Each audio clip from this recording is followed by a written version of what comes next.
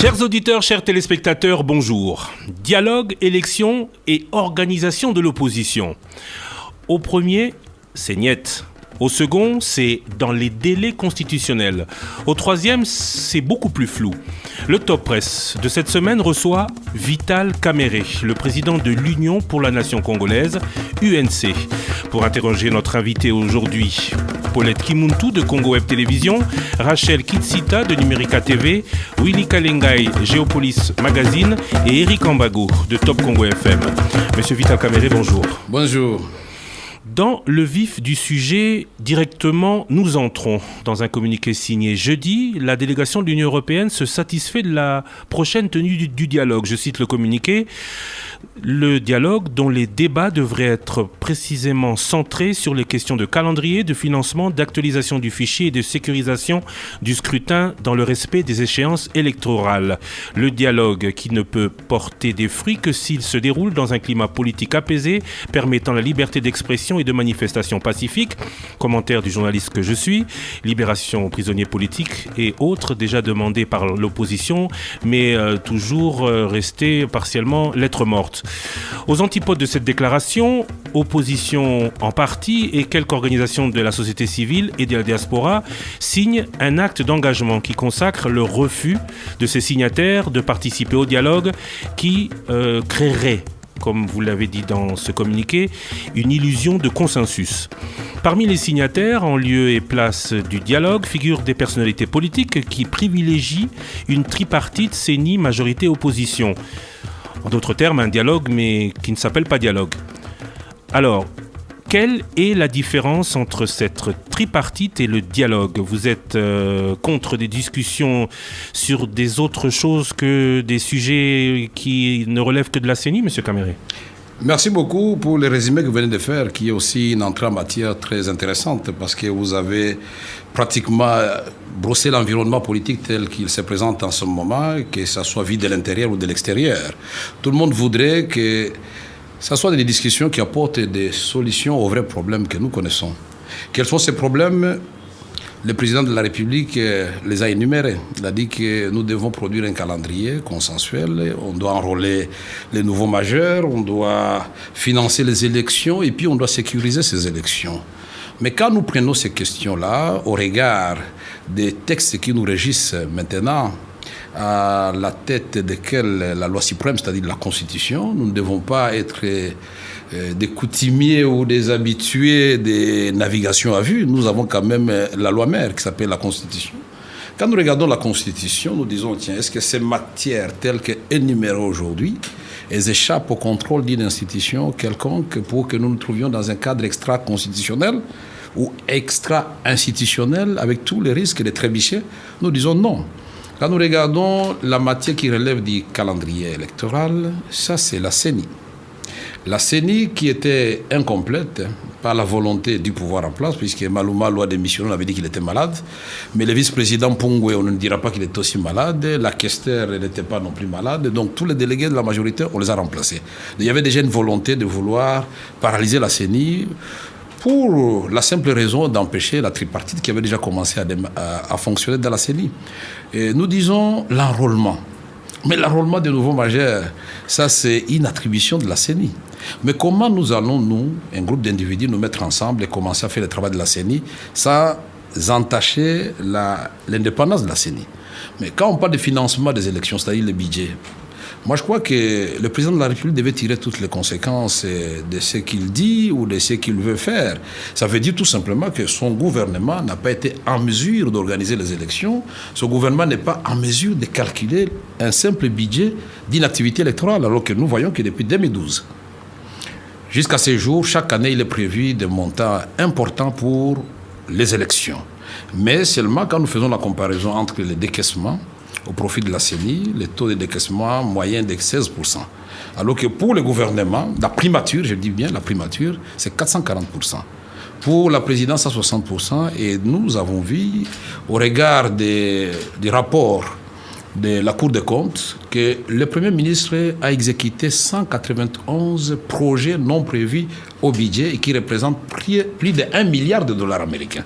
Mais de quoi nous plaignons-nous? L'argent est là, mais on le dépense ailleurs. Les meubles intelligents, les pavillons d'Indjili qui ressemblent à un McDo, les salons présidentiels, les routes qu'on fait, qu'on refait, sans qu'on arrête personne. C'est ça la réalité du Congo. Et nous disons la sécurisation des élections. Alors le ministre de l'Intérieur doit démissionner, de la police n'existe plus. Donc on va demander aux catholiques, aux protestants, aux magistrats, aux chefs coutumiers, aux politiciens d'amener des solutions pour sécuriser. Donc nous allons créer des groupes Maïmaï, alors à l'issue du dialogue. Voilà pourquoi nous voulons dire ceci. Le dialogue, c'est une vertu en démocratie. Nous n'avons pas refusé le dialogue. Nous avons refusé le dialogue piège, le dialogue alibi, le dialogue qui est sans objet, dont je viens de vous brosser la quintessence maintenant. C'est comme si on nous disait aujourd'hui, M. Kamere, M. Nguele Photo, M. Jean-Lissé Boussa, M. Babala et tout le monde de l'opposition, venez d'abord participer à ces dialogues. Mais vous avez la possibilité de claquer la porte si nous sortons un agenda caché. Donc on vous dit déjà d'avance, écoutez, venez, l'essentiel est de participer, mais vous pouvez sortir. Mais vous aurez déjà péché. Mais le risque vous allez légitimer une démarche anticonstitutionnelle. Mais ce sera une démarche qui est définie d'avance comme dialogue ne portant que sur les matières électorales. Oui, je vais vous rappeler autre chose. Vous savez que quand on avait convoqué les concertations nationales, l'ordre du jour était limité. C'est une motion qui a mené un ordre du jour kilométrique. Et comme vous le savez, au regard du format, d'abord, le président de la République, la Constitution est claire. Il s'adresse au peuple congolais, soit devant les deux chambres en congrès, soit il fait message écrit qu'il fait lire par le président de l'une des deux chambres, ou concomitamment les deux présidents lisent le message. On ne fait pas ça en cachette comme Minakou l'a fait. Il parle aux députés, les députés nous rapportent, bon, qu'est-ce qu'il vous a dit? Non, le président dit qu'il y aura dialogue, et que d'office, tous les députés sont délégués à ce dialogue, dont notez, ça fait 608. Plus le bureau des députés, non, c'est députés 500, plus les sénateurs 108, ça fait 608. Alors si vous prenez les deux bureaux, vous ajoutez, nous sommes à plus de 132 participants au dialogue pour une tranche des participants. Mais là, si on doit prendre, comme l'a dit Minakou, président de l'Assemblée nationale, il dit que chaque parti politique agréé doit avoir un délégué au dialogue. Ça fait 400. Plus 700 ou 630, nous sommes déjà à 1000. 1300 à peu près. Bon alors, maintenant, on dit les magistrats seront représentés là-bas. Les chefs coutumiers, ils seront. Les étudiants, les journalistes, peut-être Top Congo, il sera. Peut-être Numérica ou Amen, je ne sais pas. Ils seront. Mais alors, nous sommes à combien ce moment-là? Alors, nous disons à ce moment-là, la chance d'abord d'avoir la parole. Il faut votre chance, la calculer en termes de pourcentage. Donc, vous aurez 1500e% de chances de prendre la parole. Donc, à un moment donné, puisque si vous transposez l'actuel Parlement, où la majorité, c'est-à-dire le pouvoir, fait tout ce qu'il veut, et fait passer tout ce qu'il veut, sauve tous les voleurs de la République. C'est-à-dire aucun ministre ne peut être condamné tant que le Parlement va fonctionner comme il fonctionne là-bas. Ça signifie... Ça, c'est pas nouveau. C'est pas nouveau, comme vous le dites. On le regrette depuis 2006. Ça signifie qu'en d'autres termes, vous allez faire du neuf avec du vieux. Donc, vous amenez les mêmes personnes au dialogue, mais qui vont obéir au mot d'ordre. Mais ça sera quel genre de dialogue à ce moment-là? Donc aujourd'hui, vous refusez le dialogue parce que, de par sa composition elle-même, si vous aviez à ce dialogue à en revoir la composition, vous reverrez votre position d'y aller ou pas? Non, c'est parce que nous sommes dans une émission interactive. Hein, donc, je sais qu'avec Christian, c'est très difficile de terminer sa réponse. Ça, c'est déjà une première chose que j'ai intériorisée avant de venir. Mais je voudrais vous dire que, pour que les auditeurs de Top Congo nous comprennent très bien, qu'ils sachent d'où nous venons. Nous venons d'où? Les livres de M. Évariste Bochab, entre l'inanition de l'État et la révision constitutionnelle. Ça, c'est un signal très fort. C'était le patron du PPRD, le parti présidentiel, aujourd'hui ministre de l'Intérieur. 2, on nous a rabâché les oreilles ici qu'on pouvait, pour économiser de l'argent, élire le président au suffrage indirect. Vous avez oublié ça? Et tout ça, le combat toujours des intellectuels congolais, de l'élite et du peuple congolais. 3, on a créé l'ONIP pour nous dire, écoutez, l'Office national d'identification de la population, et on nous préparait une bombe, on dit voilà, la loi électorale doit être révisée parce qu'il faut désormais que nous fassions d'abord le recensement de toute la population congolaise avant d'aller aux élections. Le peuple congolais est sorti de sa réserve pour dire non. De manière claire, il y a eu des morts.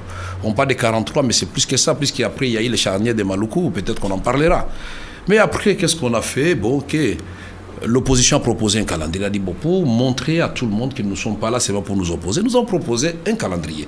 Nous étions les premiers à dire qu'aujourd'hui, nous constatons qu'on ne peut plus faire les élections municipales, locales et communales. Donc, allons à l'essentiel, c'est-à-dire les élections provinciales, et pour que le 27 novembre, nous fassions les élections présidentielles législatives nationales. Mais ceci n'a pas été accepté non plus. M. Martin Kobler a essayé quelque chose qu'il avait appelé table ronde. Il avait commencé, et puis finalement, Rens Fingol est venu à ses côtés. Ils nous ont réunis pour la première fois. L'opposition et la majorité, la CENI, nous étions ensemble. La fameuse tripartite, elle était là, en présence de la communauté internationale.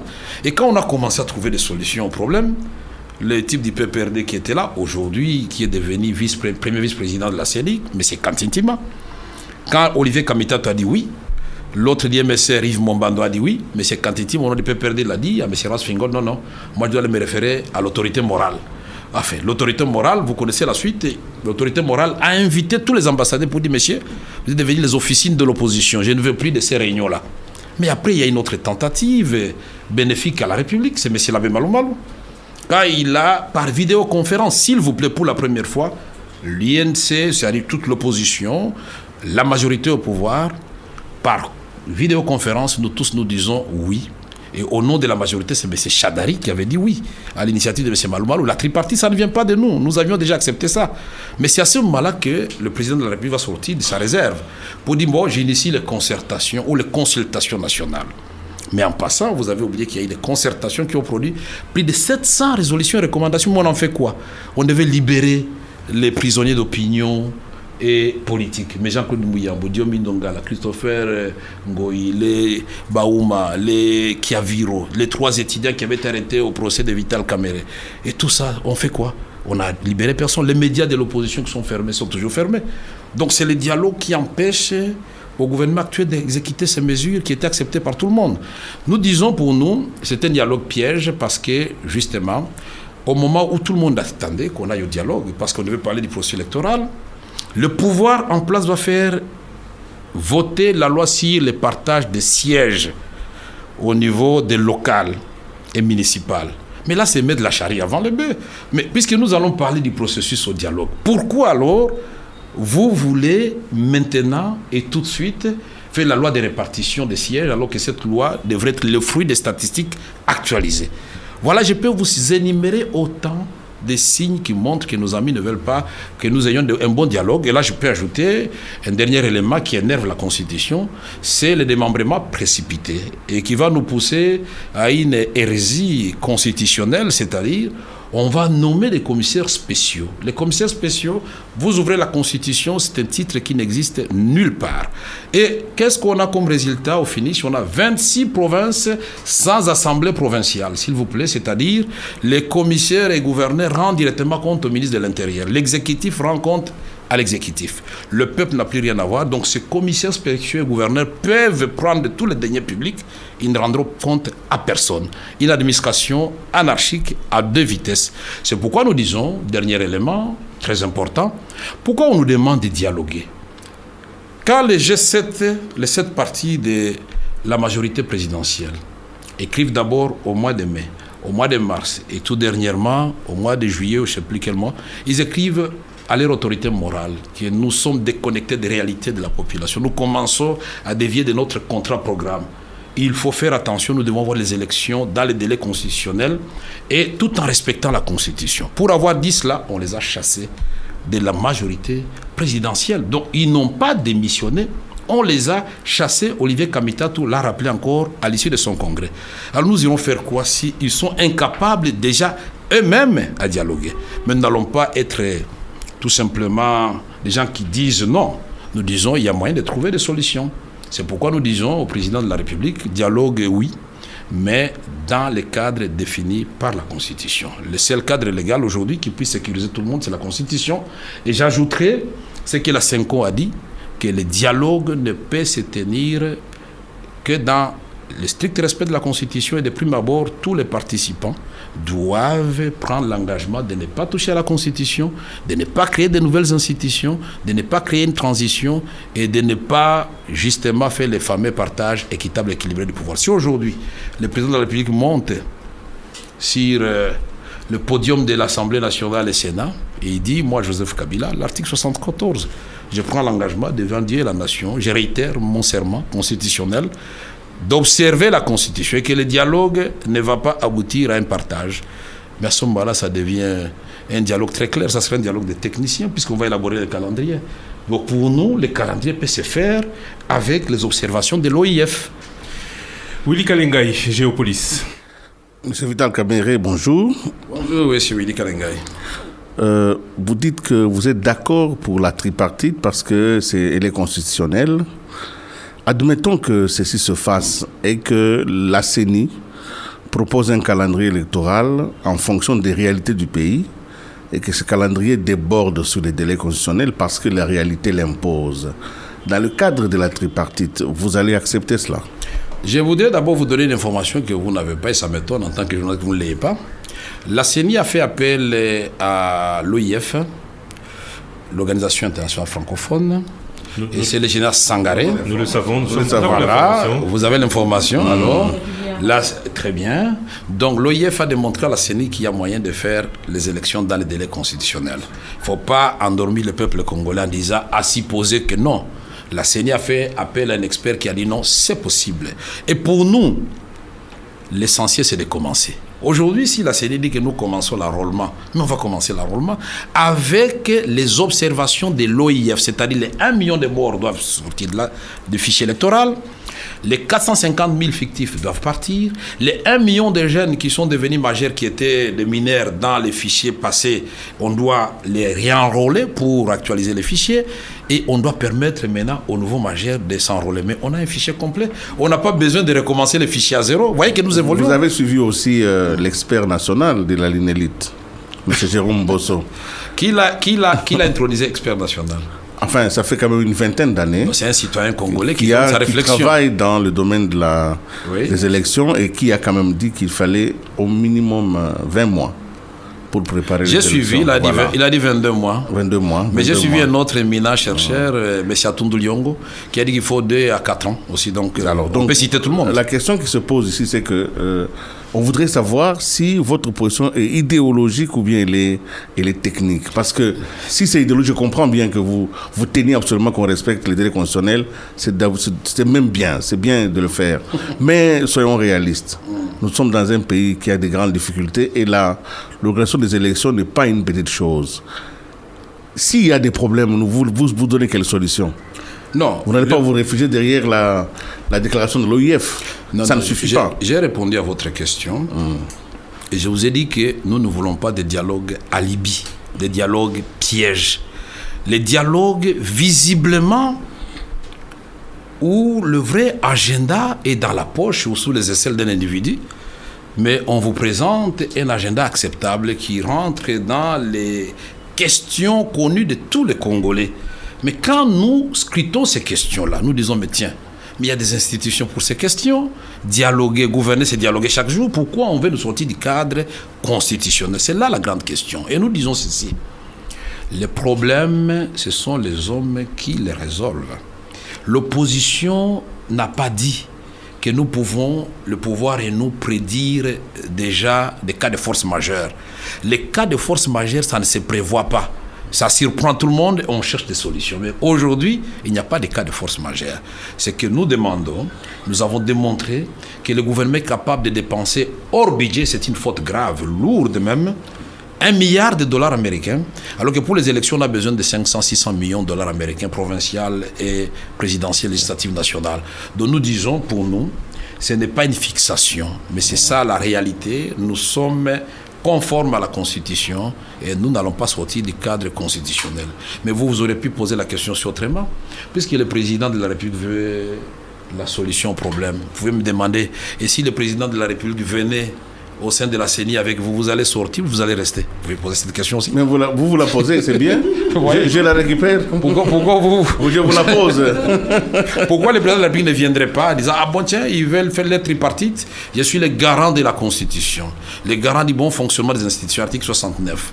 Donc je viens, je fais le discours d'ouverture et je viens au discours de clôture pour prendre les résolutions qui seront opposables à toutes les parties qui ont pris part.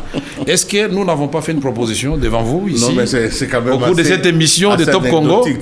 Voilà. Très bonne proposition, mais toujours pas de réponse à la question de Willy Kalengai.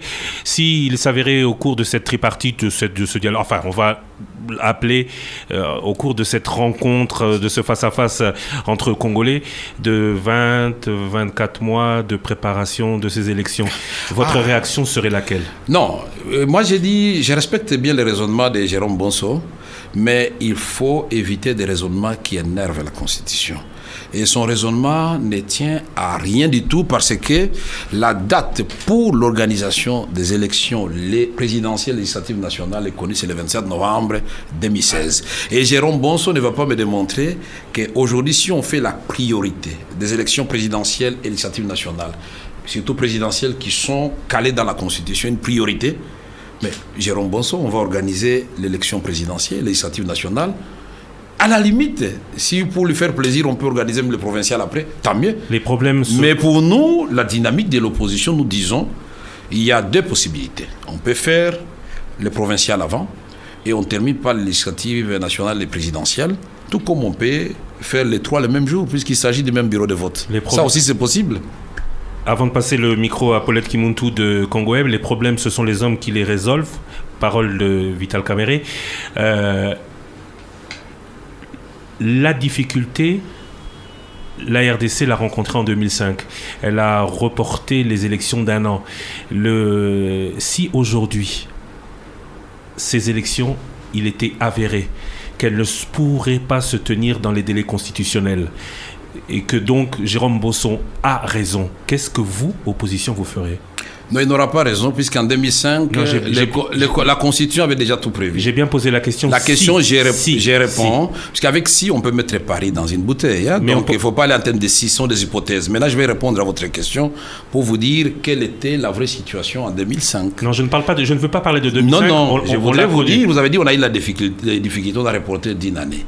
Mais moi, je voudrais vous dire qu'en 2005, à l'issue du dialogue intercongolais, c'est-à-dire on a eu l'accord global inclusif, on a eu le pacte républicain qu'on appelait la Constitution, qu'on devait vendre si l'ensemble du territoire national, Kamita, tout moi-même et tous les autres amis, on a fait le tour du pays. J'ai fait la caravane de la paix avec certains d'entre vous. Vous-même, Christian Lusakweno? Je confirme. Vous le confirmez, Willy Kalengai et d'autres qui ne sont pas ici. Nous avons fait le tour du pays pour expliquer aux Congolais, voilà, ça, avec ça c'est la fin de la guerre, avec ça c'est la stabilité de nos institutions. Et dans la Constitution de la transition, il était dit, les élections, la transition est de 3 ans, mais d'1 année, de 6 mois, renouvelable une fois. Donc, on pouvait prolonger de 6 mois. Renouvelable une fois. Voilà. Et donc, c'est ça qui fait 1 année que vous avez souligné, vous avez raison. Mais le pacte républicain, c'est le référendum du 19 décembre 2005. Mais il faut vous rappeler que l'accord global lui-même... avec un an de retard. Oui. L'accord global lui-même, voilà, c'était 17 décembre 2002. Mais on a eu la Constitution le 18 février 2006. Merci pour ça. Mais alors, vous posez la question que si, en faisant les calculs, on déborde. Non. Il faut poser la question autrement.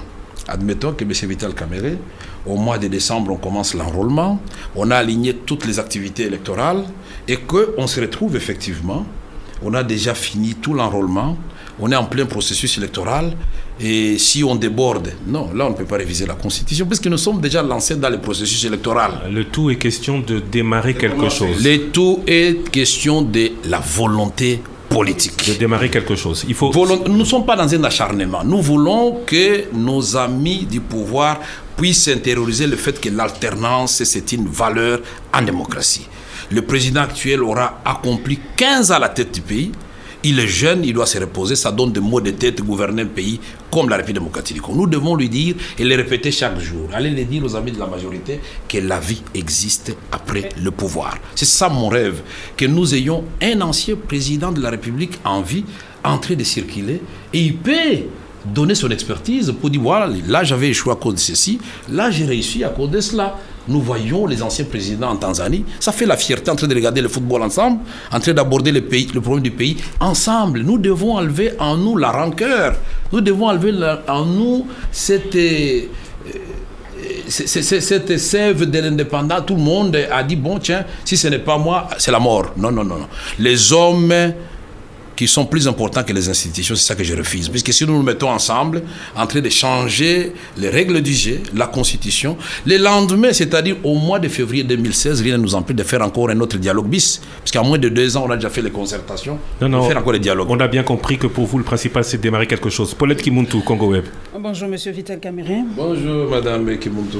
Bien sûr, on dit comparaison n'est pas raison, mais aujourd'hui, quand nous regardons la situation en France, ce qui se passe en France, on a l'impression que tous les politiques se sont mis ensemble, que ce soit de droite ou de gauche, parce que l'intérêt de la France est menacée. Aujourd'hui, on a l'impression aussi que la République démocratique du Congo est menacée en une certaine manière, parce que on a l'impression que rien ne marche. La Constitution n'est pas respectée. Selon vous, tout est fait pour qu'il y ait glissement ou glissade selon les uns et les autres. Est-ce que M. Vital Kamerhe ne pouvait pas mettre un peu d'eau dans votre verre pour essayer de dialoguer? Parce qu'à un moment, vous avez créé même une plateforme pour le vrai dialogue, si je me souviens bien. Aujourd'hui, il y a ce dialogue qui se présente. Ça n'a pas abouti? Vous répondrez. Vous avez créé ce plateforme pour le vrai dialogue. Aujourd'hui, les dialogues se présentent là et vous posez beaucoup de préalables pour y participer. Est-ce que vous ne voyez pas un peu l'intérêt du Congo et l'intérêt de ce pauvre peuple congolais? Parce que moi, je prends la place de ce peuple congolais qui ne comprend pas des fois toutes les turpitudes des politiques. Vous travaillez aussi pour vos intérêts, mais de fois, on a l'impression que vos intérêts sont plus que l'intérêt du peuple. Est-ce que vous pensez qu'aujourd'hui, M. Vital Kamerhe, en disant qu'il va aller au dialogue, il aura résolu le problème du peuple congolais? Non, moi, je crois que c'est le dialogue tel que présenté aujourd'hui. C'est un dialogue où on va les récompenser, les gens qui vont faire un coup d'État constitutionnel aux institutions de la République. Au moment où nous parlons, madame, moi, je le sais, je ne gouverne pas, mais je sais qu'à Uvira, ça fait depuis presque 1 mois, ils n'ont pas d'électricité, alors que le barrage se trouve au Sud Kivu. Il y a de l'électricité à Bujumbura, il n'y en a pas à Uvira. Les gens, puisque la régie ne peut pas donner de l'eau, les gens boivent de l'eau du lac et ils ont le choléra. Et vous savez qu'à travers tous les pays, les infirmiers sont en grève, dans l'indifférence totale du gouvernement central. Mais pourquoi on ne peut pas dialoguer sur ce genre de questions? Et aujourd'hui, les médecins d'Uvira ont voulu soigner les gens pendant 3 jours, lui-même tombé malade. Les points sont fixés, c'est vous parlez du dialogue. Béni. Quand le président était parti à Béni, mais qui avait dit le premier que nous allions partir à Béni? C'était la dynamique. Mais quand le président dit j'y vais aussi, qu'est-ce que nous avons dit? Mais puisque le président y va, monsieur le président, c'est une occasion, nous allons nous retrouver autour de vous. Parlons de cette question pour une fois qui ne nous concerne pas, nous, nos postes, nous en tant que politiciens, mais la sécurité des enfants de Béni. Mais qui a refusé? C'est le président. Et aujourd'hui, est-ce que vous savez que dans le site de Lubero, il y a encore une autre rébellion qui a commencé et que tout le monde aujourd'hui se retrouve à Kanyabayonga? Mais nous parlons de quoi? On parle des élections dans un pays où les questions du quotidien en Mbujimaï. Est-ce que vous savez qu'on tue pour l'eau en Mbujimaï? On tue pour l'eau en Mbujimaï, alors qu'il y a Lukelenge qui ne demande que la gravitation. Mais les tuyaux, vous avez de l'eau presque déjà naturellement bien traitée en Mbujimaï. Est-ce que vous savez qu'à Bwendo, au début de la semaine, plus de 450 enfants ont été emportés par la pluie, mais on a déjà trouvé 3 corps. Est-ce que le gouvernement en a parlé? Non. Aujourd'hui, Top Congo nous a informé que les éléments de M23 postés à Mwanda étaient en route pour Kinshasa, on les a arrêtés. Mais c'est un danger pour la République, alors qu'on nous avait dit que c'était une question réglée. Alors, toutes ces questions, on va les régler au dialogue. Il y a des institutions de la République chargées de la sécurité, chargées de la santé, chargées de gouverner au quotidien. Moi, je crois qu'il y a une certaine incompétence au niveau des institutions de la République. Je ne peux pas accepter. Quand j'étais président de l'Assemblée nationale, exact, il y a eu la catastrophe au Nord Kivu, j'ai pris les gens de l'opposition, j'ai pris les gens de la majorité, je les ai amenés au Nord Kivu, là où l'avion de Ouabor était tombé. Quand il y a eu le problème des CNDP, qu'est-ce que nous avons fait? La conférence de Goma, c'était majorité et opposition. Nous n'avions pas exclu qui que ce soit. Nous avons une union sacrée. Mais aujourd'hui, il y a eu prise d'otage au Mali. Le président était en Djamena, il est rentré, il a créé une union sacrée autour de la question, il a médiatisé. Chez nous, tout est secret défense. Comment voulez-vous que les gens créent l'union sacrée alors qu'on vous dit que tout va très bien? Quand on va vous dire que les éléments des FARDC ont violé à Bangui, on vous dit c'est non. Aujourd'hui, le matin, on vous dit non, les mêmes éléments des FARDC viennent de violer à Calais. On vous dit toujours c'est non. Mais on fait quoi si nous devons cacher notre saleté? Nous voulons faire quoi? Le président Hollande, effectivement, il y a ici ce qui est arrivé en France. Le même jour, on a tué à Béni 24 pauvres citoyens. J'ai fait les tweets. J'ai dit non, oui, nous sommes compatissants vis-à-vis de la France, mais n'oublions pas qu'aujourd'hui, nous avons perdu Béni. Et Béni, c'est chaque jour. Mais alors, est-ce que vous avez entendu le gouvernement de la République ou le président de la République dire quoi que ce soit? C'est une lettre au président Hollande. Mais le président Hollande, dans la forme voulue, a invité les chefs des partis politiques de l'opposition et de la majorité. Et qu'est-ce qu'il a fait? Dans sa conclusion, devant les congrès, c'est-à-dire à Versailles, mais il a pris tout ce que Sarkozy a proposé, Édouard Balladur, Madame Marine Le Pen. Il n'a pas honte quand ça apporte des solutions aux Français. Mais aujourd'hui, l'opposition en France est désarmée. Qu'est-ce qu'ils vont dire encore à Hollande? Mais si le président Kabila peut lire les résolutions de la dynamique, les résolutions de la Cinco est très claire.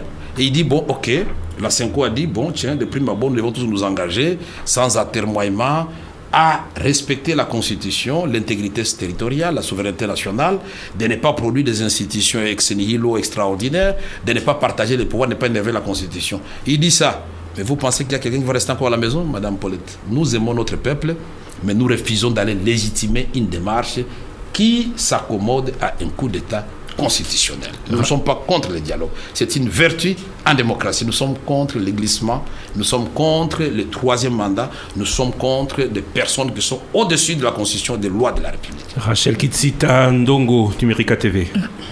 Monsieur Vital Kamerhe, s'agissant du dialogue en amont, le président de la République a initié les consultations avec les forces vives de la nation, alors que l'UNC avait refusé l'offre. Ceux qui sont allés, ceux qui ont répondu à l'appel de Joseph Kabila ont eu certainement et sans nul doute l'occasion de poser des préalables quant à l'organisation du dialogue en République démocratique du Congo. Aujourd'hui, que l'UNC, Vital Kamerhe, pose les préalables, à qui vous adressez-vous? Non, je vais vous répondre de la manière la plus claire. Le président de la République a fait des consultations. À mon avis, c'était des consultations trompe-œil. Puis je vais vous rappeler ce que la Cinco écrit ici. C'est pourquoi la Cinco estime urgent de rappeler son point de vue exprimé au président de la République lors des consultations organisées en vue du dialogue national. Le point de vue de la Cinco se résume dans des points suivants. 1. Le rappel du fait que le dialogue est une voie royale. C'est très bien pour résoudre des crises. 2. La nécessité de souligner que ce dialogue se déroule dans le respect absolu de la Constitution. Est-ce que vous avez entendu le président, puisqu'il avait promis qu'à l'issue des consultations, il va faire la synthèse, il va faire le message à la nation. Vous l'avez entendu parler, le président? Mais à qui est-ce que vous adressez vos préalables? Puisque c'est Joseph Kabila, je ne pose pas de préalable, peut-être vous n'avez pas compris. Dialogue. Je suis en train de donner ma contribution à la nation. C'est lui qui a les rênes du pouvoir. Vous auriez dû accepter l'invitation de Joseph Kabila lors des consultations. Non, on n'a pas accepté, puisqu'en politique, vous savez, la forme peut l'emporter sur le fond. On doit se faire respecter. Je suis un ancien candidat président de la République. Ancien quand même président de l'Assemblée nationale. Même si l'honorariat dans notre pays ne ressemble à rien du tout. Mais tout cela, c'est très dangereux pour une république. C'est-à-dire, vous avez servi la République comme ministre, une fois remanié, donc vous n'avez même plus droit au moindre égard. Comment on va nous inviter, nous, au même moment que les étudiants? On va nous inviter, nous, au même moment que les gens de la société civile. Nous ne jouons pas dans la même sélection. Ce ne sont pas des Congolais. Ce sont des Congolais. Mais François Hollande n'a pas appelé les étudiants. Il n'a pas appelé les artistes. Il n'a pas appelé les magistrats.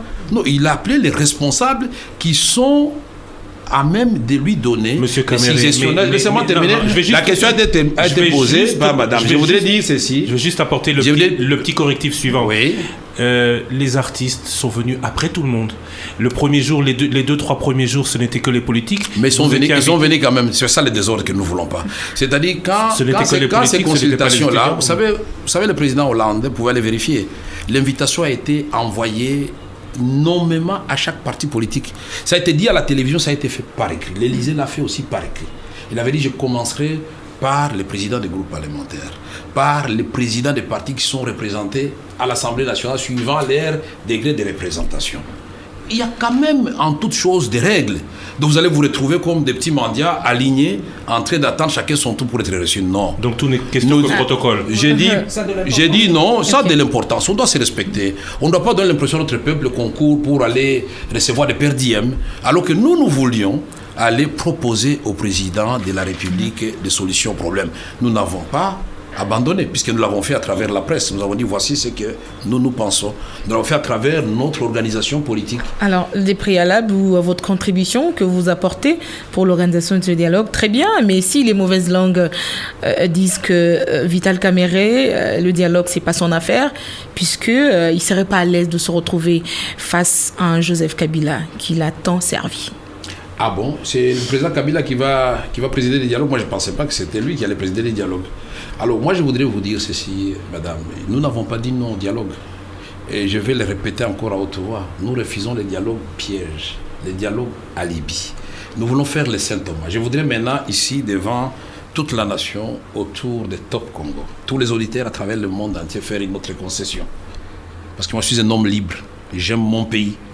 Je voudrais vous dire, madame, deux choses. La première, si aujourd'hui le président de la République, par la formule consacrée par la Constitution, il nous donne des garanties qu'on ne va parler que de processus électoral et qu'il prend l'engagement qu'il ne va pas briguer un troisième mandat, que le calendrier sera dans les délais constitutionnels, nous serons au dialogue.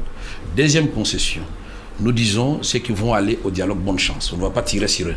On ne va pas jeter d'anathème, rien du tout.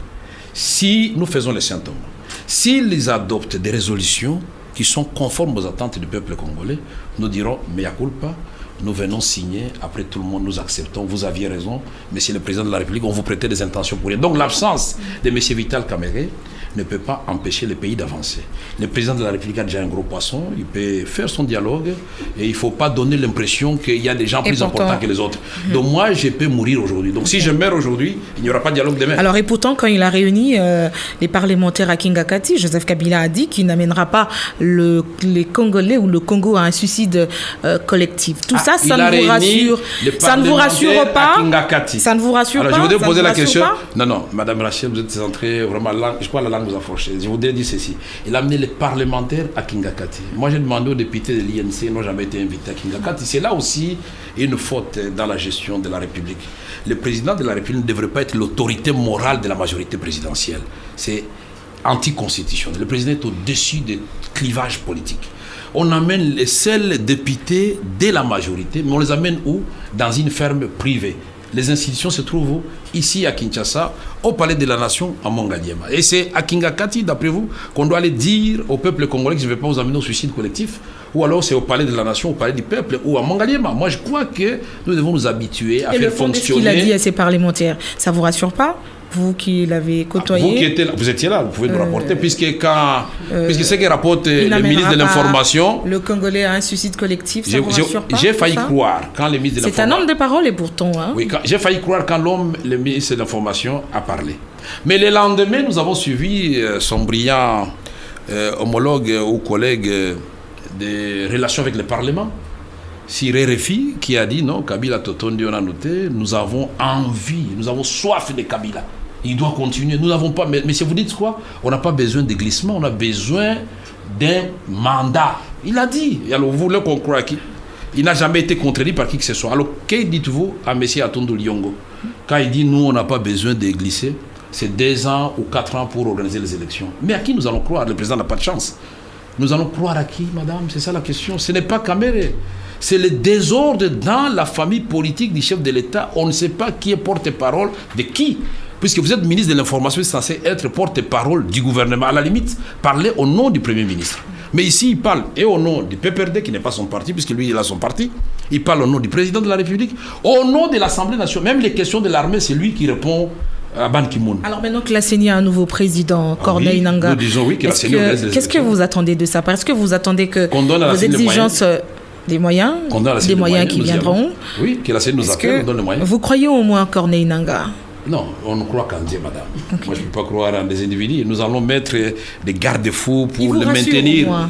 Je n'ai pas besoin qu'il me rassure.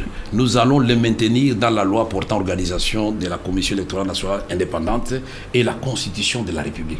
S'il trébiche, nous allons le rappeler à l'ordre. Les individus, moi je disais aux amis, s'acharner sur Malumalu, ça ne sert à rien. Restons dans les principes et nous allons gagner le combat. Voilà, Malumalu est parti, mais là nous avons un autre et nous allons commencer le combat contre celui-là et puis on va nous amener un autre et nous allons tomber dans le piège du pouvoir qui est celui de gagner du temps. Circuler, il n'y a rien à voir. Vous allez attendre jusqu'à ce que vous allez être surpris. Vous êtes au mois de décembre 2016. C'est pourquoi nous disons, nous, INC, quand la CENI a voulu faire son test grandeur nature, vous avez oublié cette étape. Quand on a demandé à tout le monde de déposer les candidatures pour les élections provinciales, madame. Mais on nous a bouffé 104 000 $ américains. Parce que nous avons 425 candidats pour les élections provinciales. Le MLC a fait la même chose, le CDR a fait la même chose. Le parti d'Ingele Ifota a fait la même chose. Tout le monde a fait la même chose. Mais quand le président s'est rendu compte, tiens, mais les gens de l'opposition sont prêts, alors on a annulé. Mais alors qui a poussé Évariste Bochab à publier le calendrier des élections provinciales partielles? Et puis après, il les annule lui-même. Qui? Il n'en avait pas d'abord le pouvoir, parce que c'est la CENI qui devait le faire. Nous sommes dans un désordre constitutionnel. Après, il annule. Après, on nomme les commissaires spéciaux. Ça, c'est l'opposition encore. Éric Ambago. Et on avait dit qu'il n'y avait pas 2 millions de $ pour organiser les élections de nouvelles provinces. Vous avez oublié cette étape. Éric Ambago, Top Congo FM. Vital Kamerhe, est-ce que l'UDPS a tort d'accepter le dialogue? Non, vous savez, nous devons respecter l'UDPS, c'est un grand parti. Soyez sincère dans votre réponse. Mais je suis sincère. Vous être sincère, ça signifie quoi? Réfléchir comme vous? L'attaquer, dire que c'est pas bon. C'est ça, être sincère. Puisque le dialogue n'est pas bon d'après vous. Non. J'ai commencé par dire que j'ai respecté Jérôme Bonso dans son raisonnement, même si ça ne cadrait pas avec mes convictions. C'est social-démocratie. Est-ce que vous m'avez entendu ici attaquer Joseph Kabila? Depuis qu'on a commencé, est-ce que moi je l'ai attaqué ici? Je donne mon point de vue et je démontre que ce qu'on nous propose n'est pas conforme à la Constitution. Et pourtant l'UDPS dit qu'il y a eu des violences. Mais je viens de vous Vous avez parlé de tout ça. Il y a telle institution chargée de telle, mais cela n'a pas empêché qu'il y ait des violences en 2011. Il y a eu des morts. Et vous dites, il y a la police. Mais pourquoi ne pas se mettre autour d'une table pour parler justement de ces violences qu'il y a eu en 2006, en 2011? Pourquoi ne pas se mettre autour d'une table? Bago, puisque vous en avez le secret, peut-être vous allez me convaincre à l'issue de cette émission. Alors quand nous allons mettre autour de la table M. Etienne Tshisekedi, Vital Kamerhe, Olivier Kamita, tout ce monde-là, donc nous sommes plus experts que nos généraux. Nous allons dire quoi aux généraux? Que voilà, voici comment on doit protéger. Un apaisement. Il faut d'abord l'apaisement des esprits. D'après vous, on aura atteint un compromis. Et puis quelque chose que peut-être que vous ne dites pas souvent, c'est que au départ, avant ces discussions, pourquoi ne pas partir avec un principe? On accepte tout par consensus. Pourquoi pas? Non, moi, je voudrais vous dire quelque chose peut-être qui échappe à votre raisonnement. Donc, d'après vous, aujourd'hui, si on a interdit les manifestations de MSR, de l'INADEF, de l'INAFEC dans les Katanga, et même le maire de l'ICASI qui avait autorisé cette manifestation a été suspendu puis remplacé. Mais en même temps, le PPRD peut faire tout ce qu'il veut, même sans en informer l'autorité. Le PPRD organise ses manifestations en lieu fermé. Je vois que vous êtes membre du PPRD, vous connaissez comment il fonctionne. Mais moi, je voudrais vous dire, vous ne savez pas où je vais en venir.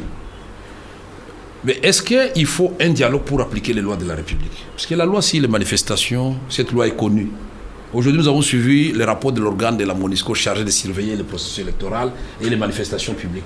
Ils ont dit 11 manifestations dans les sites Kivu, les Kasaï et les Katanga ont été interdites alors que l'autorité était préalablement informée conformément à la loi.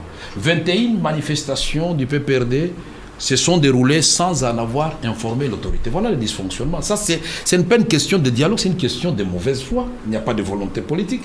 Alors nous disons alternance, que ces régimes puissent faire ses bagages et laisser la place à un nouveau leadership, l'élite congolaise et le peuple congolais, parce que nous sommes convaincus que le Congo, c'est un grand pays, c'est un éléphant tout simplement à genoux, et qu'il nous appartient à nous, dans l'union sacrée de nos intelligences, de relever ces pays, parce que nous avons vocation d'être la locomotive d'Afrique, pas d'Afrique centrale, d'Afrique. Mais le dialogue dont vous parlez, vous faites un peu ce que certains de la majorité disent que vous êtes un peu des aventuriers burlesques, parce que lorsque vous parlez de tripartite, CENI, opposition, etc., et de l'autre côté on parle du dialogue, la CENI était très claire au sujet de ces tripartites.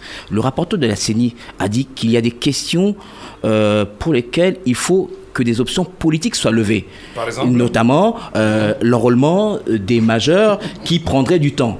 Et les différentes élections qui devraient être organisées. Doit-on commencer par les provinciales, les municipales et autres? Tout ça, ça relève des options que les politiques devraient lever et donner les dispositions de la Constitution. J'aimerais être sincère avec vous. Dites-moi, M. Ambago, c'est quelle disposition de la Constitution qui dit que la CENI doit dire que telle option doit être levée par les politiciens. C'est dans quelle constitution? Parce qu'ils ne sont pas... Attendez, la CENI est technique, la CENI n'est pas politique. D'après vous, l'enrôlement, ce n'est pas une question technique. Mais ça pourrait demander un peu plus de temps. Le président de la République a dit, et il nous a rejoints, nous étions très contents, que oui, puisqu'avant on nous disait qu'il n'y avait pas de problème. Justement, quand nous avions demandé, c'est pour répondre à Mme Paulette, qu'on avait créé la CVD, la Coalition pour le vrai dialogue. Qu'est-ce qu'on nous avait répondu ici, les antennes de Top Congo et de toutes les radios et télévisions de Kinshasa? On avait dit non, ces politiciens-là doivent attendre les élections pour avoir du travail, ils sont des demandeurs d'emploi. Parole de Lambert Mende. Pas une seule fois, il a répété ça au moins 5 fois. Nous nous sommes dit, tiens, au fait, nous commençons à être en porte-à-faux avec la population. Il ne reste plus qu'une année pour aller aux élections. Est-ce qu'il est normal qu'on continue à demander les dialogues? Nous avons dit non. Le seul langage que le pouvoir va entendre maintenant, c'est la mobilisation de la population. On a trouvé notre langage. Et le 19 janvier, ils ne nous ont pas donné tort. Si nous étions restés dans les dialogues, mon cher ami, aujourd'hui, il y aurait la loi électorale révisée avec l'alinéa 3 du point 8, l'alinéa 8.3. Donc 2016, élection législative présidentielle, si on n'a pas, même si c'est un problème technique, on envoie les gens dans la rue, on envoie des gens dans la rue, c'est le chaos. Non, demandez-moi. Sur le plan technique, c'est clair. J'ai lu la page Facebook de Top Congo. J'ai lu mon compte Twitter. Je vis que la plupart des auditeurs ont voulu savoir, Monsieur Kamere, puisque vous dites que ce dialogue de Kabila-là est inopportun, qu'est-ce que vous proposez? J'ai lu sur votre compte Twitter, Monsieur Kamere, comment vous allez vous permettre encore une fois d'aller légitimer une démarche chaotique du président de la République, et vous savez très bien qu'il veut faire les glissements. J'ai lu sur le compte Twitter, Monsieur Kamere, quelles sont vos relations avec Moïse Katumbi? Quelles sont vos relations dynamiques avec G7? Tout ça sont des questions de vos auditeurs. Donc moi, je ne fuis pas des questions. Donc, je vais répondre à la première question. Nous disons, nous ne sommes pas là pour dire, bon, tout ce que le président propose est mauvais. Non, on n'a pas dit ça. On a dit, monsieur le président, le dialogue, c'est bon. Mais seulement, monsieur le président, voici, la République est régie par une constitution et par les lois. Alors, si vous nous amenez dans un forum, ce forum-là devient extra-constitutionnel et devient au-dessus des institutions. Mais c'est un bagot, c'est ce que je suis en train de dire. Nous voulons un dialogue, mais qui reste dans le cadre légal, constitutionnel, comme la CENCO l'a dit. Mais pourquoi vous n'attaquez pas la CENCO? Parce que nous vous disons, nous avons adopté ces dialogues tels que la CENCO. Le dialogue est anticonstitutionnel. Tel que présenté par le pouvoir actuellement, il est anticonstitutionnel. On ne peut pas... Il est interdit de dialoguer sur les questions nationales. Laissez-moi terminer. Aujourd'hui, Kabila est président de la République démocratique du Congo. Aujourd'hui, Kamere réunit les gens à Mongaliema ou bien à Mongafula, et je prends les attributions, le forum que j'organise prend momentanément les attributions du président de la République. Vous estimez que c'est constitutionnel ça? Pourquoi lui, le président de la République, voudrait que les attributions de la CENI, les attributions du gouvernement soient momentanément gérées par les dialogues, mais ses propres attributions à lui ne mettent pas en jeu? C'est ce que l'IDPS demande. Il n'a pas compris. C'est un dialogue piège de part et d'autre, puisque pour l'IDPS, le dialogue doit débattre aussi de la question des élections de 2011, c'est ce que vous ne voulez pas dire. Et alors, on va en sortir comment? Non, nous ne voulons pas une perte de temps inutile, donner l'impression que nous sommes d'accord ou que nous ne sommes pas d'accord. Puisque le président de la République va finalement, d'après les informations que nous avons reçues, il va accepter l'exigence que l'IDPS avait posée du facilitateur qui sera nommé par Ban Ki-moon. Mais vous pensez, d'après vous, que quand on va nommer ce facilitateur, le problème est terminé? En lisant ces communiqués de la CENCO, vous êtes sûr que ces évêques, quand ils vont entrer dans la salle et quand ils vont remarquer que les gens ne prennent pas l'engagement de respecter la Constitution, ils vont rester dans la salle? Pourquoi les perdre de l'argent de l'État pour rien? C'est pourquoi nous nous disons, pour répondre à votre question, le dialogue, oui. Mais dialogue piège ou alibi pour légitimer une démarche extra-constitutionnelle, anticonstitutionnelle, pour créer de nouvelles institutions, une nouvelle transition, nous disons non. Qu'est-ce que nous proposons? Nous disons, mais quand nous regardons la Constitution, l'institution constitutionnellement reconnue pour organiser les élections s'appelle la CENI. Les acteurs, c'est toujours la bipolarisation de notre pays. C'est les gens qui ont gagné, qui ont la majorité dans les chambres, et des gens qui sont dans l'opposition. C'est pourquoi nous disons, la CENI est là, et nous avons la majorité et l'opposition, et nous ajoutons les experts de la communauté internationale. Et je vous ai fait une concession. Le président peut venir prononcer un discours d'ouverture, et il vient recevoir les résultats. Pourquoi nous voulons ça? D'abord, on va économiser beaucoup d'argent, il n'y a pas beaucoup de participants. 2, les concernés directement vont donner leurs contributions. 3, la loi des rendements décroissants. pour ceux qui ont fait la faculté des sciences économiques, comme Willy l'avait commencé en économie, il sait que si nous devons labourer un hectare de terre, à 10 peut-être c'est difficile, mais à 1000 c'est encore plus compliqué. Il faut chercher la combinaison idéale pour que chacun puisse faire son travail. Mais vous êtes à 1500 pour dialoguer. J'espère qu'ils vont revoir leur format rapidement.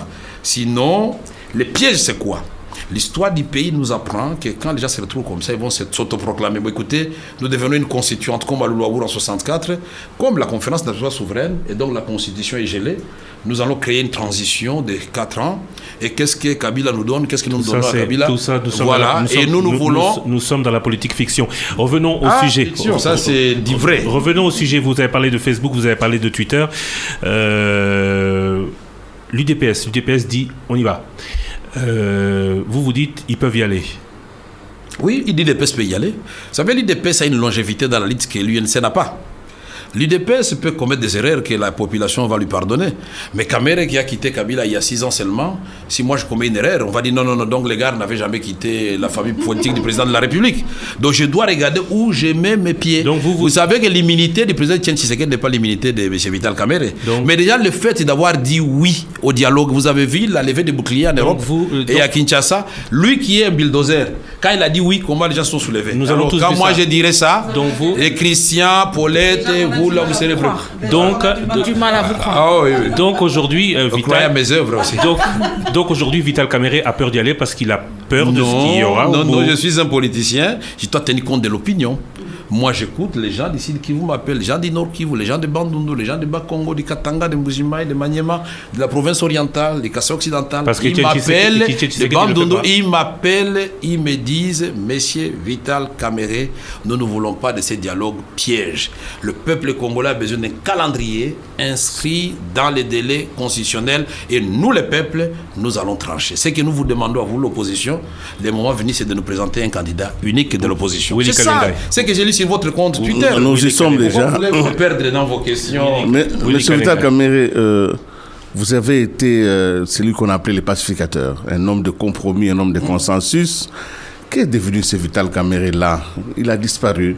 Aujourd'hui, il y a un Vital Kamerhe radical, presque extrémiste. Vous ne m'avez pas vu à Lubumbashi? Presque extrémiste. Laissez-moi poser la question. Voilà. Non, vous allez là-bas parce que bon, c'est l'opposition.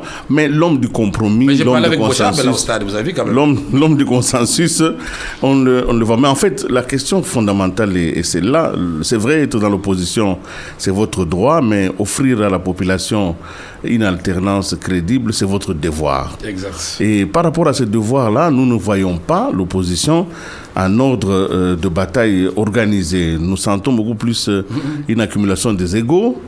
Comment vous allez réussir parce que la Constitution, vous voulez qu'elle ne soit pas touchée.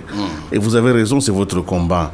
Mais cette Constitution-là consacre les élections présidentielles à un seul tour. Exact. Donc si l'opposition va aux élections à non dispersés, elle a perdu les élections. Qui vous a dit ça d'abord? Ce n'est pas vrai, mais c'est pas souhaitable. L'expérience de 2011... Ça, c'est la tricherie. L'expérience de 2011, je vais répondre à votre question. L'expérience 2011 nous apprend que le président actuel a gagné. L'élection de l'opposition et de la majorité s'est faite avec plusieurs candidats de l'opposition. Nous savons ce qui s'est passé. Au moins par rapport à cela, il y a eu quelque chose. Alors je reviens donc à la question, elle est là. Par quelle magie vous allez rebondir pour trouver un candidat unique? On vous a vu à Lubumbashi avec Moïse Katumbi et certains qui vous critiquent disent déjà que non, il est parti arme et bagage, c'est dans un mariage avec Katumbi, il a renoncé à tout pour laisser Katumbi passer devant. Où est-ce qu'on en est aujourd'hui? L'humilité précède la gloire. Vous savez, Jésus-Christ, il allait vers les âmes pour les gagner. Alors il ne faut pas que ces genres de commentaires puissent donner l'impression que moi, ça me froisse. Non, moi, je suis à l'aise avec ça. Donc je voudrais vous dire que les combats de l'opposition, nous l'avons commencé depuis 2011. Aussitôt qu'on a proclamé le résultat, moi, je ne suis pas un rêveur. Je suis allé voir mon grand frère, mon père, Etienne Tshisekedi. Je lui ai dit, allons à la Cour suprême de justice. Il a dit, je n'y vais pas. Il m'a donné Félix, Sami Badibanga, Bruno Mavungu et tout le reste. Nous sommes allés à Maître Mukendi à la Cour suprême de justice. Vous nous avez vu. Moi, je suis un républicain. Alors, admettons que si cette plainte était écrite par Etienne Tshisekedi et soutenue par Vital Kamerhe, deuxième et troisième selon monsieur l'abbé, monsieur le pasteur Mulunda. mais ça allait soulever la population, puis ça allait être le point de départ de la contestation dans la rue. Mais nous n'avons pas attendu le 28 janvier, nous sommes allés à Addis Abeba avec un plan, avec tous les amis de l'IDPS et nous tous, on a fait une proposition. Alors, aujourd'hui, l'opposition, nous avons compris, on est parti de la CVD, d'abord de l'alliance avec Nzanga, Mobutu et Mbusa Nyamwisi, on est passé à la CVD avec le Moïse Congolais, tout le monde. Aujourd'hui, nous sommes avec Martin Fayoulou, avec Jean-Lycée Boussa, avec Nguele Photo, ça prend de l'ampleur avec les MLC. C'est dommage que nous ne soyons pas ensemble avec l'IDPS, mais ce n'est que partie remise, on doit faire cet effort-là. Aujourd'hui, nous sommes en pourparlers avec les G7 sur les principes fédérateurs, pas sur les individus fédérateurs, sur les principes. Est-ce que nous acceptons tous de mener le combat du respect de la Constitution? Oui. Est-ce que nous acceptons tous que les glissements c'est un danger pour le pays? Nous disons oui. Est-ce que tous nous acceptons que l'alternance est une valeur en démocratie? Oui. Est-ce que nous acceptons que cette fois-ci, nous allons conquérir le pouvoir, pas pour nous-mêmes, mais pour servir le peuple avec une vision, un projet de société? Nous disons oui. Voilà ce que nous nous sommes dit. Et ça va permettre à l'opposition de se mettre en ordre de bataille. Et c'est l'échange que j'ai eu avec Moïse Katumbi, aussi bien à Londres qu'à Lubumbashi. Et moi, je sais que l'union fait la force. Ceux qui disent ça, ce sont les gens de la majorité. Ils ont peur. Quand ils voient des bulldozers qui se mettent ensemble, évidemment, nous allons déplacer des montagnes. Moïse Katumbi et moi et les autres, MLC, tous les amis, les gens, Lycée Boussa, les Fidé Babala, les Nguele Photo, si nous sommes ensemble, premier palier. Là, on va arracher d'abord le calendrier électoral. Deuxième palier, maintenant, nous sommes ensemble. Voici la vision. Voici le profil du candidat. Qui de tel ou de tel va mettre cette veste? Mais c'est une équipe, messieurs, vous n'êtes pas un homme qui va se réveiller un matin et changer les règles du jeu ou remanier tout le monde. Non. Désormais, notre pays sera dirigé comme la France, comme les États-Unis d'Amérique, où tout le monde est serviteur du peuple. Vous êtes président de la République, mais vous êtes derrière le peuple. Donc je voudrais rassurer tout le monde, que ce soit au Sud Kivu, au Katanga, que ce soit au Kasaï, dans les Bandundu, Maniema, province orientale, Nord Kivu, Bas-Congo, Équateur, Kinshasa, Kasaï occidental, il n'y a pas encore des arrangements particuliers entre Moïse Katumbi et moi. Le seul arrangement entre Katumbi et moi, c'est de mener le même combat pour empêcher la révision de la Constitution, obtenir les calendriers électoraux. Le moment venu, nous allons parler d'autres batailles avec d'autres amis qu'il ne faut pas minimiser puisque tout le monde peut poser sa candidature à la présidentielle. Merci beaucoup, monsieur Vital Kamerhe.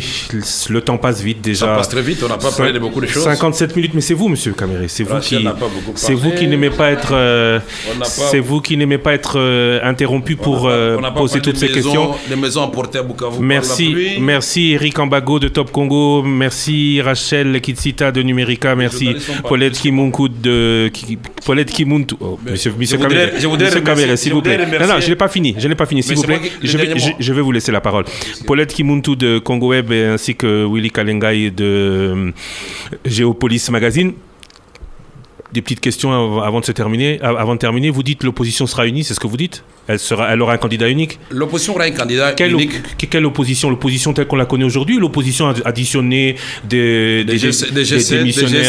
démissionnaires PPRD, des G7? Il ne faut pas les appeler des démissionnaires du PPRD. Non, mais il y en a qui viennent de démissionner du PPRD. Vous pouvez commettre un péché, mais demeurer dans le péché, c'est ce qui est condamnable. Nous devons encourager les autres qui sont dans le PPRD de quitter, de venir. Voilà notre démarche. On y arrive. Et de deux, Willy a dit quelque chose de très important. Les pacificateurs, nous les demeurons. Une recette à donner aux amis de la majorité et du dialogue. Il y a ce qu'on appelle, c'est très important puisque c'était le thème de l'émission, il y a ce qu'on appelle les mécanismes de proximité. Les uns peuvent aller au dialogue, c'est leur liberté. Les autres, nous sommes dehors, ils peuvent nous contacter de façon indirecte. On l'a fait à Lusaka, on l'a fait à Sun City et on l'a fait à Pretoria et à Luanda. Alors ne mettez pas tous les œufs dans le même panier puisque nous risquons tous de nous tromper au même moment. Laissez-moi s'il vous plaît poser ma question. Vous la comprendrez mieux. L'alternance, elle est assurée parce que au regard de la Constitution, Joseph Kabila ne peut plus se présenter.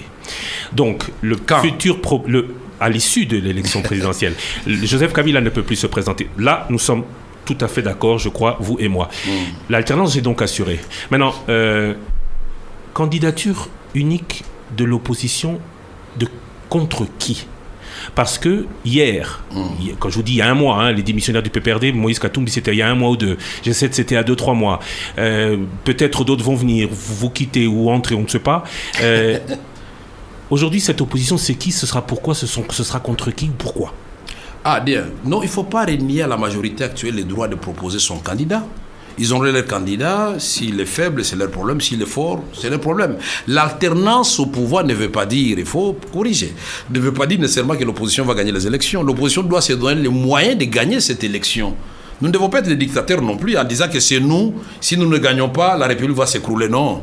Nous devons nous donner les moyens de gagner cette élection. Aujourd'hui, le peuple, son cœur bat du côté de l'opposition. Et si donc nous faisons une erreur de ce côté-là, et nous allons être pris au dépourvu. Donc nous devons nous arranger pour fixer les règles, fixer les principes, les critériums et les noms de personnes, on va les remplir après. Et dès le départ, il ne faut pas qu'on dise que tel, vous ne pouvez pas être candidat, tel autre pouvait être candidat. Il faut laisser à tout le monde la liberté de s'exprimer, d'exprimer ses ambitions. Si vous voulez ramener seulement ça à l'équation, Kamere-Katumbi. Non, par exemple. J'ai vu si le compte Twitter. Bon, on ne peut pas refuser au peuple de faire son élection à l'avance. C'est déjà, on nous facilite déjà la tâche, peut-être. Mais Vital Kamerhe est candidat à la candidature. J'étais candidat en 2011. Non, en 2016, je parle. Je ne voudrais pas énerver les résolutions de nos deux conclaves. Nous avons dit, chacun de nous doit taire ses ambitions et considérer que nous sommes tous égaux devant le peuple congolais, devant les lois de la République. Humiliez-vous, laissez les autres vous élever. Donc, pour le moment, je considère que tout celui qui remplit les critères fixés par le peuple congolais, qui veut avoir un vrai président, quand il y a des catastrophes naturelles, il est le premier arrivé s'il est lié. Quand il y a des problèmes à Kindu, il est à Kindu. Quand il y a des problèmes à Mbujimai, il est à Mbujimai et combiné avec le peuple de Mbujimai, au besoin en Chiluba ou à une autre langue locale. C'est cela que nous voulons dans ce pays. Très courte réponse. Oui. G7, vous avez vu. G7, vous avez appuyé la démarche. Mais dans G7, à part l'UNADEC de Mwando Nsima, il y a beaucoup de contestations parce que ceux qui ont signé ces lettres ne l'ont pas signé avec ce qui est normal dans les partis politiques, avec l'aval de leurs partis politiques. La démocratie commence dans les partis. Comment vous jugez cette démarche ? Je n'ai pas bien compris votre question. Vous voulez dire que les gens qui ont démissionné non, des institutions... Non, les gens qui ont écrit et qui ont engagé leur parti n'avaient pas l'aval de ce parti avant de le faire. À part l'UNADEC qui, Mwando Nsima et le MSR, MSR et UNADEC, ça s'est passé bien. Mais pour les autres? Non, pour les autres, moi je crois que le gouvernement, les pouvoirs en place doivent éviter de violer les lois. Ma question est la suivante. Non, je suis en train de répondre puisque je connais la question et je connais la réponse et vous connaissez la réponse. Le pouvoir est en train de nous amener une recette qui avait échoué à l'époque de Mobutu. Vous savez qu'à l'époque de Mobutu, pour affaiblir Tshisekedi, on croyait qu'on va créer des autres IDPS. Mais en fin de compte... Ce n'est pas ma question. En fin de compte... Non, c'est important parce que il y a la formation à la démocratie. La démocratie dit parti politique ensemble d'individus. Un exemple concret en disant que pour... ACO, dont le président qui avait signé cette lettre du G7 est d'ailleurs député indépendant. L'ACO, il s'est avéré qu'à l'ACO, Dani Banza n'avait pas du tout l'aval de son parti. Aujourd'hui, il a complètement été exclu. Est-ce que vous trouvez normal, ça a été le cas dans d'autres partis, est-ce que vous trouvez normal que Vital Kamerhe signe un document au nom de l'UNC qui implique tout le monde dans l'UNC sans que l'UNC n'en ait été au préalable informé ou n'ait donné son accord? Mais moi, je suis en train de voir ce qui est en train de se passer pour le moment. Le parti d'Olivier Kabitato a fait son congrès, le parti de Pierre Lumbi a fait son congrès, le parti de Kyungwa Koumanza a fait son congrès. Je vais encourager les autres partis du G7 de faire leur congrès pour nous dire clairement renouveler leur confiance à leur chef actuel. Donc entrer dans cette discussion-là, ça ne fait pas avancer la République. Une chose est vraie, et que Dani Banza a dit dans la lettre qu'il a signée avec les autres, cette lettre-là, elle est très salée. Si vous la lisez, vous allez voir, elle va vous laisser sur votre soif d'ailleurs, après, que c'est que nous constatons comme dysfonctionnement au sein de notre propre famille politique. Et les velléités de révision constitutionnelle nous met en marge des attentes du peuple congolais. Monsieur le Président, nous vous demandons de vous ressaisir pour qu'il y ait un débat au sein de la famille politique. Ça, nous encourageons. C'est le courage. Je vais vous dire pourquoi je vous pose la question. Oui. Parce que ce qu'on reproche au Président, dans toutes ces correspondances, c'est aussi ce que les membres de ces partis reprochent au président des partis. Oui. Alors, est-ce qu'on peut donner une leçon chez l'autre alors que chez soi, on ne l'a pas? Non, vous savez, le bien-être n'a pas de couleur politique. Hein. On ne fait pas la morale devant le bien. Mais la question est de savoir, Pierre Lumbi et compagnie, leur courage est-il salutaire pour la République? Un conseil spécial chef de l'État en matière de sécurité. Il a toutes les données. Il vous dit non, nous naviguons à vie et nous allons droit dans le mur. est-ce que ces courages-là, nous devons commencer à les saluer dans notre pays où les gens n'avaient pas la culture de la démission, où nous devons décourager les autres qui veulent quitter? Puisque votre démarche, apparemment, parce que je vois peut-être le Premier ministre envoie aussi des partis, de venir dans l'opposition. Laisse-les venir, mon cher ami. Non, je suis d'accord. Votre question là, vos questions risquent de décourager les gens. Non, je n'ai pas de démarche. Laissez les gens venir dans l'opposition. J'ai le droit de poser Et des moi, questions. j'ai dit aux gens qui continuent à traiter les gens de kabylistes quand ils viennent dans l'opposition, sont en train plutôt de faire le travail de la majorité présidentielle. Puisqu'il faut déplimer totalement la majorité. C'est de bonnes guerres. Moi, les gens de la majorité qui quittent, qui viennent chez moi, je les accueille. Puisqu'ils ne me feront pas de cadeaux, ceux qui quittent chez moi vont chez eux, ils les accueillent. En conclusion, on peut marcher sur les lois intérieures des partis à partir du moment où on a pris du courage. Je n'entre pas dans les discussions internes du parti, puisque là, vous ne m'avez pas présenté un document écrit sur base duquel je devais porter mon jugement.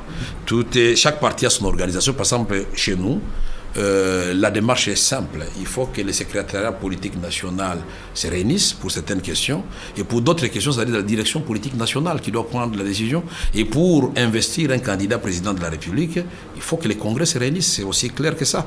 Donc, je ne sais pas ce qui s'est passé là-bas, mais moi, je salue le courage de 7 partis politiques de la majorité qui ont dit non, trop c'est trop.